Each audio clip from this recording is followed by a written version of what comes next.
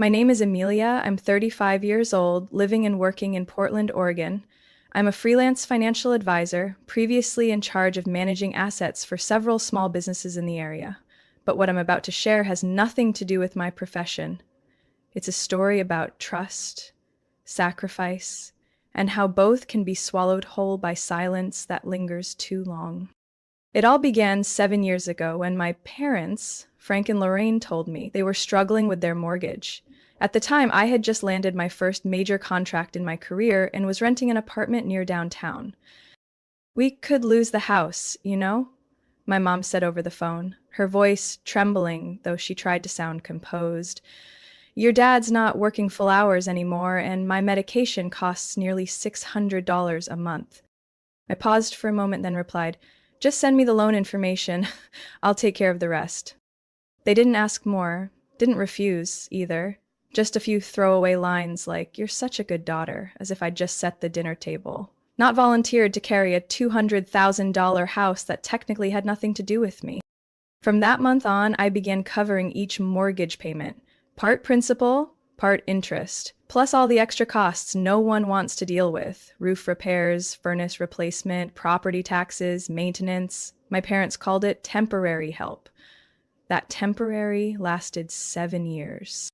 I never asked to have my name on the deed, never pushed for paperwork. I just thought, this is family. I could support them a little. Even if I wasn't the favored child, I believed a home should be protected. My younger brother, Ethan, 3 years my junior, worked in interior design and lived in San Diego. Since graduating, Ethan had never once sent our parents a dime. But every time he called, my mom's voice lit up like a string of Christmas lights. "Ethan said today that his company's opening a new branch in Los Angeles," she gushed. "Your dad's thinking of buying him a new car to make commuting easier." I smiled, but it wasn't joy. My parents never asked how much I was paying. They only called when a due date was near or when the A/C started making strange noises. Every time I visited, they never once brought up the house. No thank you, no mention of how I kept them from losing their home. Still, I came. Still bought the pastries Mom liked from that old bakery. Still took Dad to his quarterly checkups. I told myself that as long as they were healthy and at peace, I could bear anything. Someone once said that if you give without setting boundaries, people will begin to think it's your obligation. I used to think that was cynical, until I started to feel less like a daughter and more like a walking wallet. I remember one conversation clearly. I asked Mom, "If someday you and Dad are no longer here, who will the house go to?" She looked at me as if I had asked something absurd. "Well, to Ethan, of course. He's our only son."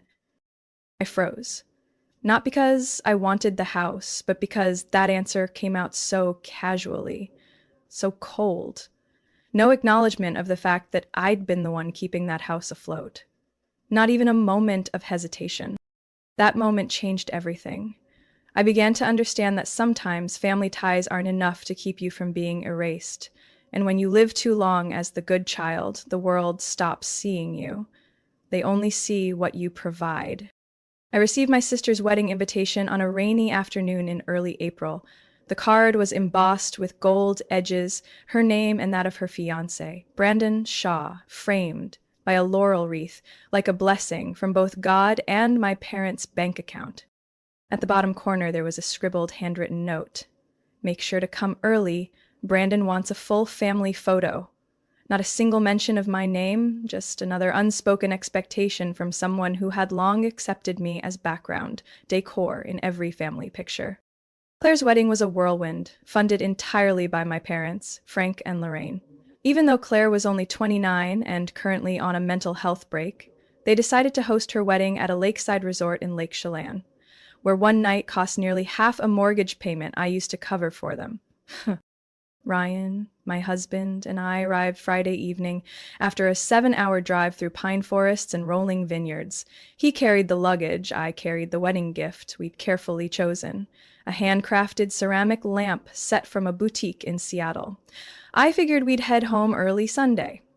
I didn't realize that by Saturday night, everything I thought I knew about my family would be shattered. The reception hall looked like something out of a Hallmark movie. Crystal chandeliers, white lilies, and golden daisies arranged along every aisle, perfumed with artificial sweetness and rehearsed joy.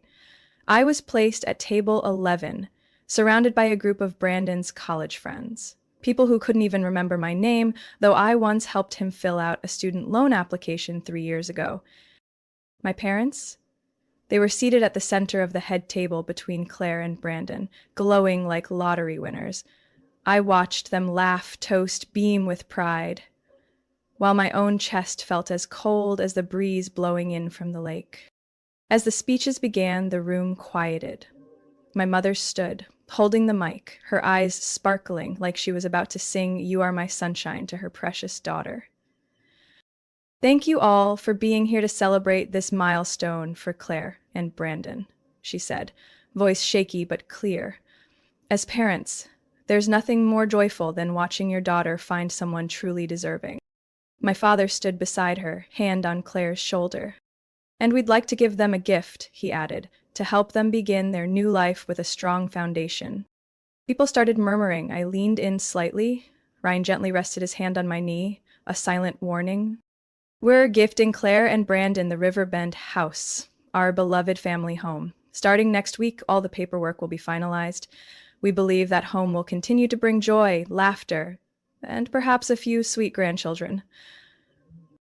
I went still. The Riverbend house. The house I'd been paying off for 7 years.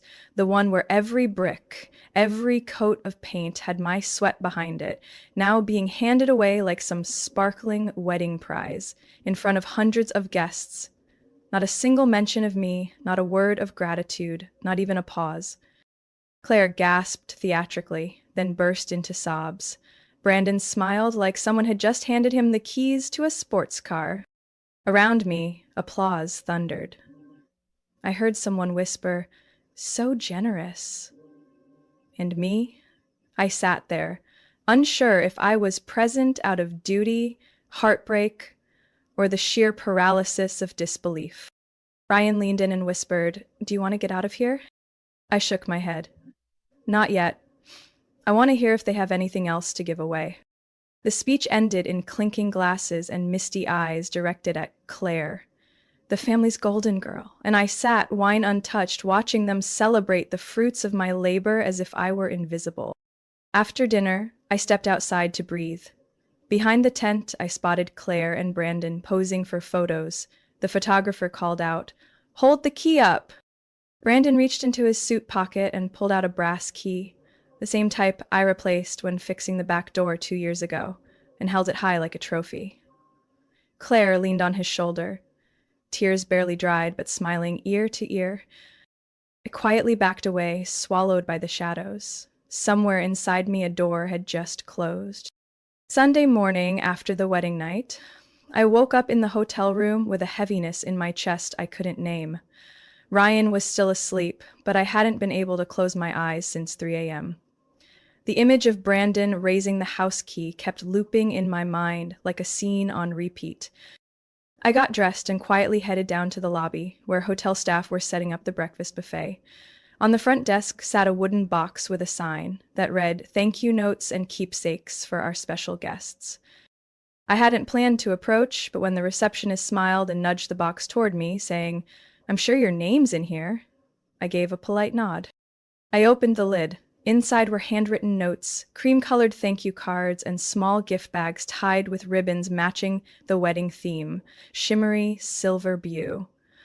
I picked one up and saw the printed message, "Thank you for being an irreplaceable part of our special day.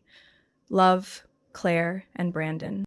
Then I saw the name, Ryan Fisher. Only Ryan. No Amelia, no and wife, nothing. My husband was named. And I, the one who drove 7 hours, the one who once helped Brandon with his student loan mess, was completely erased from their gratitude. I sat down on the bench in the lobby and opened the candle bag. The artificial lavender scent made me wince. At the bottom was a $10 Starbucks gift card. The receptionist smiled again, oblivious. "Did you find your card?" Claire wrote everyone herself. So sweet, right? I didn't answer. I just nodded, then stood up. The moment I turned my back, I knew. I hadn't just been forgotten, I had been intentionally left out. That night, after we returned to Portland, I found a small envelope in the mailbox. The sender. The Shaws. A post-wedding card, I assumed. I carried it to the kitchen and set it beside a pile of unopened mail, but curiosity got the better of me. Inside was a photo of Claire and Brandon kissing under a rose-colored arch, with a caption underneath. On a cold, thank you for celebrating with us on our special day. We're so grateful for the love from our family and friends. The photo came with a small card. Recipient? Mr. Ryan Fisher. Twice in one day I saw my husband's name. Mine was nowhere. I wasn't sure whether I felt more angry or hurt. I had long grown used to being labeled the serious sister in the family. But this went far beyond a missing name on a card. They had hosted their wedding in the house I'd sweat to keep. They had gifted it to my sister right in front of me, wrapped in applause. They had posed with the key and artifact of betrayal. And after all of that, I didn't exist in their words of thanks, as if I was some stranger who happened to attend. That night, I sat on the living room floor, opened my laptop, and logged into the tax records. I didn't do anything, just stared at the long list of mortgage payments under my name. The roof repairs, the water heater installation, the window replacements. I had done all of it without expecting anything in return, but for the first time I asked myself, had my silence been a mistake? Ryan came out of the bedroom and saw me surrounded by paperwork. "You okay?" he asked. I looked up, a tired, hollow smile stretching across my face like muscle memory. Maybe I need to reconsider what family actually means. He didn't say anything at first. He just sat beside me. Then, gently, he said, "I think it's time they showed their gratitude with actions, not just silence." I nodded. 4 days after returning from the wedding, I got a call from my mother. Her voice was as sweet as always, as if nothing had happened between us. "Amelia, are you free this weekend? I'd like to talk to you about something." I kept my tone neutral. "Sure, what is it?" "Your dad and I have been thinking about relocating somewhere quieter, closer to nature, but not too far from Portland. This apartment is too crowded, noisy. You know how it is." I waited. The real reason she was calling hadn't come yet. And I was thinking, your cabin in Forest Grove would be perfect. I sat up straight, almost dropping the phone. "The cabin? You mean the one I bought and spent 2 years renovating myself?" "Well, yes, it's in your name. But I remember you don't use it that often. It just sits there. It's a waste." I clenched my fists. That cabin in Forest Grove was the only place I had ever truly called home. I'd spent that first summer painting the walls, installing the plumbing by hand, and planting lavender along the porch. It wasn't fancy, but it was the kind of retreat I had dreamed of since college, a place no one could touch. "Mom," I took a deep breath, "that cabin is my getaway. It belongs to me, and I have no intention of sharing it with anyone." She let out a soft chuckle, loaded with meaning. "Oh, Amelia, don't treat us like strangers. We just need a quiet place for a few months. You can come and go as you please. We can even live together." It felt like I was being dragged back into that same old pit, where every request came coded in reason, and if I said no, I'd once again be the selfish one. "I mean it. That cabin is not a backup home for you and Dad," I said calmly. "It's mine, and no one is moving in." There was a pause on her end, then her voice sharpened. "Do you have to make everything so difficult? I thought after all we've done for you—" I cut her off. "You mean after all I've done for you?" She didn't respond. "I paid off the mortgage on your old house for 7 years. I covered medical bills, repairs, even replaced the roof. Not a single thank you. Not one mention of my name in the wedding thank you cards. And now you want to take the only thing I've kept for myself?" All I heard on the line was a weary sigh. "You've changed, Amelia," she said slowly. "You used to be more agreeable." I closed my eyes. Part of me wanted to hang up, But I wasn't the same Amelia, the one who used to say yes just to keep the peace. I ended the call with one sentence: I'm going to change even more, and you'd better get used to it. That evening, when Ryan got home, he found me standing in the kitchen, both hands on the counter like I was holding myself back from exploding. Let me guess, they want something again? He asked. I nodded. They want to move into the cabin. Ryan frowned. The one you bought with your first bonus. The one you built from scratch. Yeah. They say I don't use it enough, so it's going to waste. Ryan was silent for a few seconds, then he pulled out his phone. I'll change the locks this weekend. And install security cameras. If they show up without permission, it's trespassing. I looked at him, grateful beyond words. I didn't say anything. I just placed both hands over his. For the first time, I felt like someone was truly standing with me.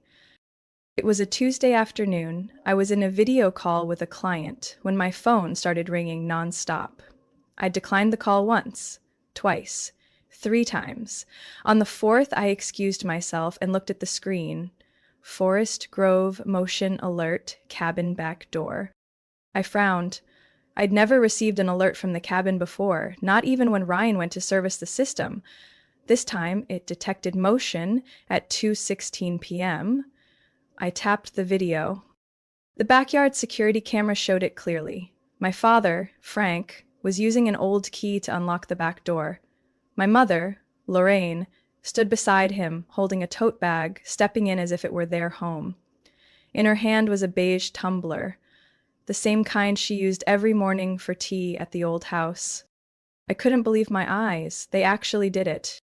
I had been clear they were not allowed to move in. I had not given permission. I thought they understood that this time I meant it.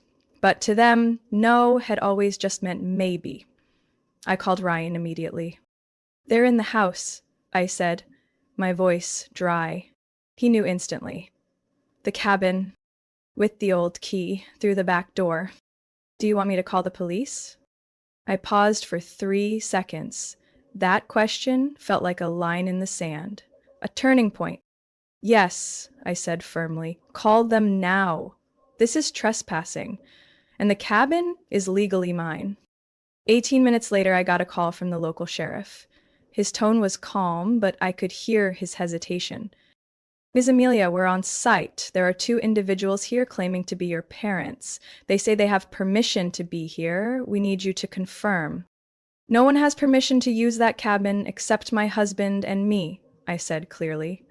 It's in my name, and I explicitly told them they were not allowed. They entered using an old key. I never granted them access. Would you like us to ask them to leave the premises? I want them out, now, and I want this incident documented. 35 minutes later, my porch camera sent a photo, my mother stepping out with a large bag in her arms, scowling.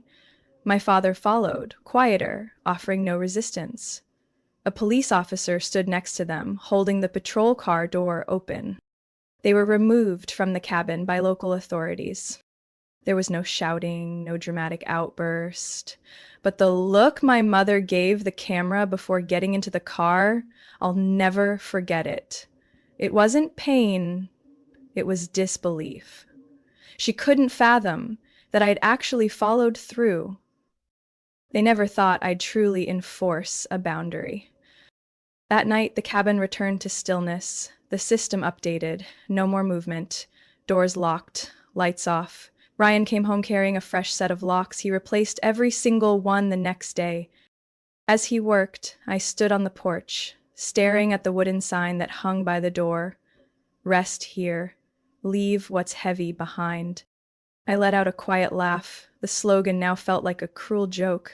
But I knew the heavy thing this time wasn't abstract. It had a name, a voice, and a long habit of assuming I'd never fight back. That night, I logged into the county property portal and took one more step. I filed an official sole ownership claim and revoked all unauthorized access rights. I wanted it in writing. I no longer believed in unspoken understandings. The next day, my mother called. I didn't answer. Her message was just one line. You've gone too far. I read it 3 times, then hit delete. No reply. No justification. Because for the first time in my life, I didn't need to explain why I was protecting myself. Saturday morning, as I was making coffee, my phone started buzzing non-stop on the kitchen counter. The screen showed 9 messages, 4 missed calls, and a stream of Facebook notifications. I unlocked my phone. The first message was from April, my cousin on mom's side. "Are you okay? Aunt Lorraine posted something weird. Everyone's talking about you." I opened Facebook immediately. Mom's profile looked the same. Her profile picture was the one of the 2 of us at Christmas Mass 6 years ago, though my eyes in the photo were clearly looking elsewhere. At the top of her feed, she had posted a long caption along with 2 photos. The first showed her and my dad, Frank, sitting on the cabin's steps, bags and suitcases beside them. The second was of a patrol car parked in front of the porch, with a police officer speaking to them. Both photos were shot from a low angle, clearly staged to emphasize the drama of being kicked out. Her caption read, "In your twilight years, all you want is a peaceful place to rest, but your daughter calls the police to evict you like a stranger. All we ever did was love and sacrifice for her." Below were hundreds of likes, sad reacts, angry emojis, and hearts. The comments flooded in. "Oh my God, how heartless can she be? Kids these days only care about money, forget about the people who raised them.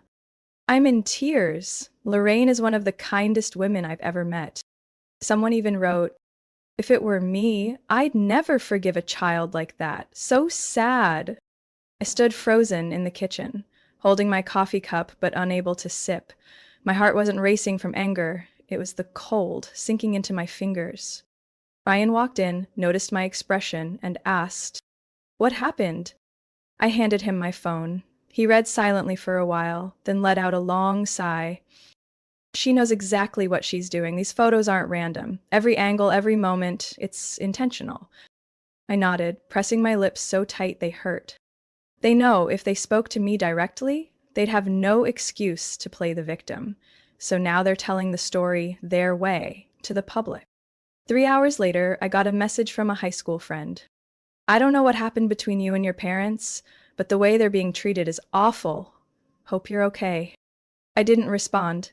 Then came a text from Uncle Hank, Dad's younger brother in Arizona. "Did you really call the cops on my brother and sister-in-law? Are you okay mentally?" Not everyone attacked. Some were gentle. But what stunned me was this. No one asked, what actually happened? Not a single person considered that there might be another side. I opened my email. My inbox was flooded with alerts from colleagues and industry friends. One person even sent a link to my mom's Facebook post, adding, "Not sure who's right or wrong, but this is spreading fast. You may want to respond soon before it affects your reputation." I closed the screen, no more reading. That night, I sat at my laptop, fingers resting on the keyboard.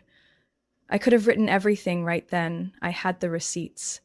The statements for the old house, the invoices for roof repairs, the new AC unit, even the audio clip where Mom said, "That cabin should belong to Claire eventually. She deserves it more."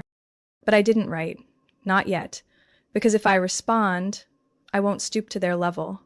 No fake emotions, no tearjerker shots, no pity grabs. I'll let the truth speak for itself, layer by layer, not for revenge, but for dignity. I shut the laptop, pulled out a thin folder from the drawer. Inside were the cabin's title, insurance documents, and a detailed spending breakdown for the past year. I began organizing everything chronologically. One sentence echoed in my head, clear as a bell. If they're writing a story, I'll rewrite the entire first chapter. And this time, I won't back down. Not again. 3 days after my mother's tearful posts spread across Facebook groups in Portland, I sat alone in my home office, staring at my laptop in a thick folder, evidence I had gathered over the past 7 years, from the first wire transfer to the final roofing bill on the cabin. I wasn't writing to gain sympathy. I wrote to stop the truth from being twisted any further. My post began with a single line. I'm not rejecting family. I'm rejecting being exploited in the name of family. I attached photos of bank statements clearly showing my name and monthly mortgage payments from June 2016 through April 2023. Each line of payment was clear, irrefutable. Next came detailed records of major repairs at the Riverstone house, broken heating systems, rotting roof tiles, cracked plumbing. I posted photos of each invoice with a note. Paid by Amelia Fisher. Titled to Frank and Lorraine Fisher. I didn't stop there. I included a recording from a phone call with my mother 2 months earlier when she wanted to move into the cabin. That cabin will eventually belong to Claire. She needs a quiet place. She deserves it more than you. You know I'm the legal owner of the cabin. So what? Miss, I just didn't think you'd be petty. You have money. No narration, no emotional commentary. I let their words speak for themselves. At the end of the post, I wrote, I'm not asking anyone to take sides. I just want people to see the whole picture. And if you still choose to turn away, at least know you're turning away from the truth. I hit post at 10:27 a.m. Within 12 minutes, the post had over 300 shares. By noon, I got a message from April. I deleted my comment under Aunt Lorraine's post. I'm sorry for judging you. A former college friend emailed me. I used to think you were cold. Now I just see strength. And Uncle Hank, the one who asked if I needed mental help, called, but didn't leave a voicemail. He simply texted. You don't owe anyone an apology. But the biggest surprise came that evening. Claire, my younger sister, reshared my mother's post, now edited. Most of the emotional intro was gone. In its place was a short caption. I don't agree with how things were handled, but I also can't support storytelling that bends the truth. Family doesn't mean silence in the face of wrongdoing. Someone in the comments asked, are you saying Amelia was right? Claire replied, I think we shouldn't applaud manipulation just because it's told with a tearful voice. I didn't celebrate. I didn't feel relief. But for the first time in months, I slept without tossing, without waking from dreams of a familiar knock on the door. My mother's voice saying, can you help me? Just this one time. In my dream, I stood inside the cabin, light streaming through the windows, holding the key. But this time, I didn't walk outside to hand it away. I closed the door, locked it, then walked toward the kitchen, where breakfast was waiting. The truth doesn't heal everything, but it's where healing begins. And I knew people like my mother wouldn't stay quiet for long. They can't bear losing control of the narrative. But I also knew, from now on, I had a voice they couldn't erase. A week after I posted all the evidence, no one in my family reached out. No calls, no texts, no emails, no public comments or private apologies. It was as if the entire extended family had hit the mute button on me at the exact same time.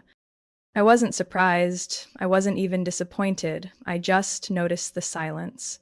So quiet it felt suspicious.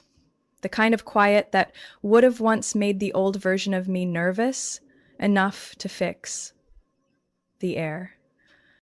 But that version no longer existed. I didn't post again. I didn't respond to messages from people who once wrote cruel things. I blocked the snoopers, turned off notifications from both sides of the family. I called it emotional decluttering, like dusting a room I had no intention of ever leaving again. On the first Sunday after the war, I drove alone to the cabin in Forest Grove. October's gold had started to show. The maple trees lining the gravel drive seemed to whisper something gentle in the wind. I parked, opened the door, and stepped inside the home that finally felt like it belonged to me. On the kitchen table, I placed a small glass jar filled with dried lavender, cut from last year's garden, back when things were still calm. I made tea. I didn't care what time it was. For the first time in months, I wasn't living in defense mode. Not ducking, not bracing. I was just living. That afternoon, while reading on the porch, my phone buzzed. Not a strange number. It was a FaceTime call from Claire. I hesitated. My heart didn't race. I didn't feel anger, just a calm alertness, like double-checking the locks before bed. I answered. Her face appeared. Bare. unfiltered, standing in a kitchen I didn't recognize. I know you're not waiting for an explanation, she began. And honestly, I'm not even sure I have one that would mean anything. I stayed quiet, but I just wanted to say, your post made me face things I didn't want to see. I was spoiled. I was prioritized, and I let it become a habit. Still, I said nothing. I'm not asking for forgiveness. I just want you to know I won't be part of Mom's games anymore. If she calls, I won't side with her. I owe you that. At the very least, honesty. I nodded. Thank you, but I don't need a promise. I just want you to live by what you say, not for me, but so you can look in the mirror each morning without flinching. Claire bit her lip. Her eyes were glassy. Will you be okay? I smiled.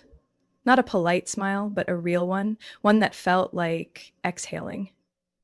I already am, for the first time in my life. We ended the call in silence. No promises, no awkward truce, and somehow that made me feel freer than any apology ever could. 3 weeks later, I was invited to speak at a local financial seminar about setting financial boundaries within families, a topic I used to avoid. I spoke honestly, without dressing it up or assigning blame, just the truth, that sometimes the people who owe you the most are the same ones who expect your silence for the sake of peace. As I stepped off the stage, an older woman approached me, gripping my hand firmly. You don't know me, she said, but today you said what I haven't been able to say for 30 years. I smiled without asking her name, because I knew. There are so many of us, quiet carriers, silent absorbers. That night, I returned to the cabin. I pulled out a small wooden box from the desk drawer. I opened it, took out the old spare key, the one they used to come and go, and placed it at the bottom. I stuck on a new label. What I once believed was love, but was actually possession. I closed the box, clean, light.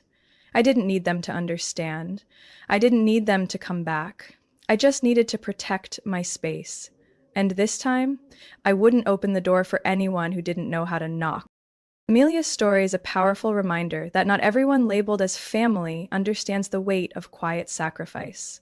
When silence is used as a tool for control, speaking up is no longer a choice. It becomes self-defense. Amelia didn't seek revenge or beg for peace. She simply stood her ground, redrew her boundaries, and chose a life of clarity, one where she owed no one an apology for choosing peace.